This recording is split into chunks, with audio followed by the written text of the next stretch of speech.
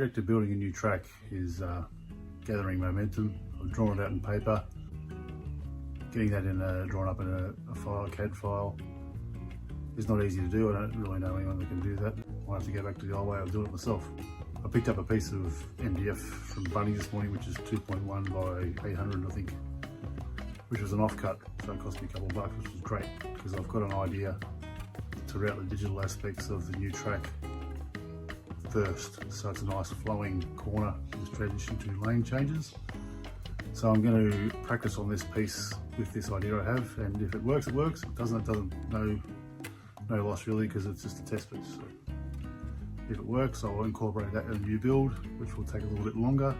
If it doesn't work, I'll do it the way I did last time. But with that corner, you can see just there.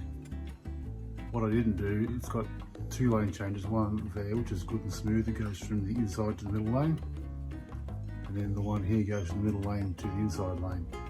I should have made it go from the inside lane here across the middle to this lane, but instead there was a gap. So the first change goes through smoothly, then it straightens up between the next one, so that's really a bit of a kink, which works, but you can't go flat out through there, which is not good. So I hope to get around that problem with the new track with the test piece, which I'm going to do right now.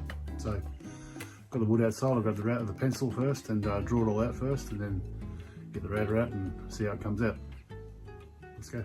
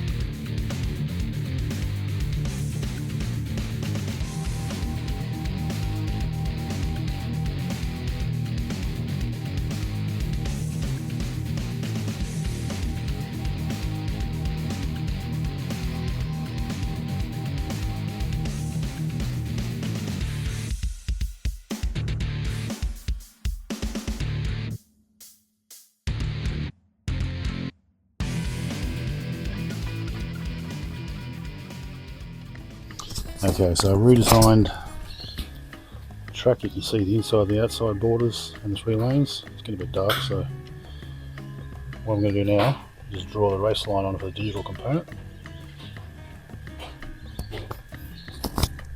And the idea of that is routing the digital lane first and then the parallel lanes afterwards. Normally you would route the middle lane and then just run the router down each side of the middle lane, which gives you even lane spacings.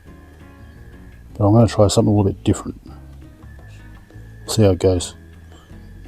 You don't know if you don't try. Okay, so I think I've got it as good as I can with a pencil. So I've had to factor in 100mm spacings for sensor to the tip of the flipper for digital lane change. Try and have a smooth transition through lane changing via the best race line in the corner. So hit the sensor, triggers the flipper there, which goes across to the middle lane. 100mm of track sensor, which is there. The tip of the flipper will be there, which takes you to the inside lane. Sensor again to change back to the middle, and so on around the corner to the outside lane again. And I haven't got enough wood to go that far. So next thing is route it and see if it actually works or not. Okay, so the race line has been laid out. The strip is ready to go. What I do is, just for my peace of mind, is I put the strip on, I let the router blade scratch it so I know exactly where it's going to route. And that's pretty close to the mark. If it's a little bit off, it doesn't matter.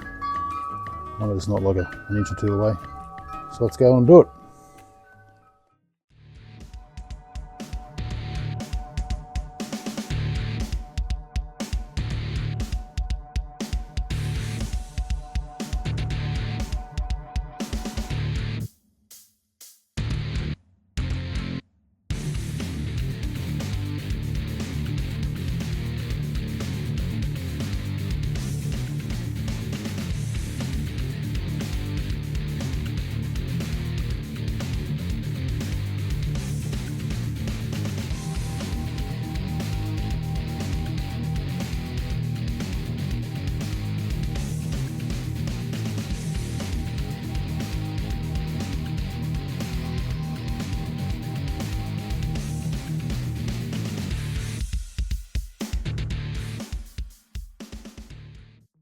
Righto, so this is the digital lane, which will change lanes from outside to middle to inside, and then back to middle here, and if there was more track it'd go to the outside, back over there.